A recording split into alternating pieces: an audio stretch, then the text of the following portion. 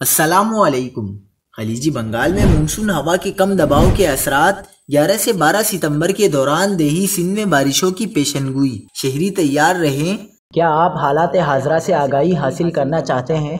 خبر کے پیچھے چھپے اصل حقائق جاننا چاہتے ہیں تو ابھی سبسکرائب کیجئے جلمل پاکستان کو اور ساتھ ہی گھنٹی کے نشان پر کلک کر دیں۔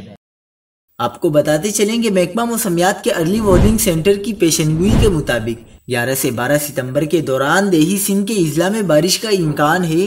اس سسٹم سے ترپارکر، عمرکوٹ اور بدین میں گرج چمک کے ساتھ ہلکی اور درمیانی بارش ہونے کی توقع ہے۔ چیف میٹرولوجسٹ سردار سرفراز کے مطابق خلیجی بنگال میں ہوا کے انتہائی کمزور شدت کے دباؤ کی وجہ سے دیہی سندھ کے اضلاع میں ہلکی بارش ہو سکتی ہے۔ سردار سرفراز کے مطابق کراچی میں اس سسٹم کے اثرات کی وجہ سے بارش کا کوئی امکان نہیں ہے۔ محکمہ موسمیات کے مطابق 3 روز کے دوران کراچی کا موسم گرم اور مرطوب رہ سکتا ہے۔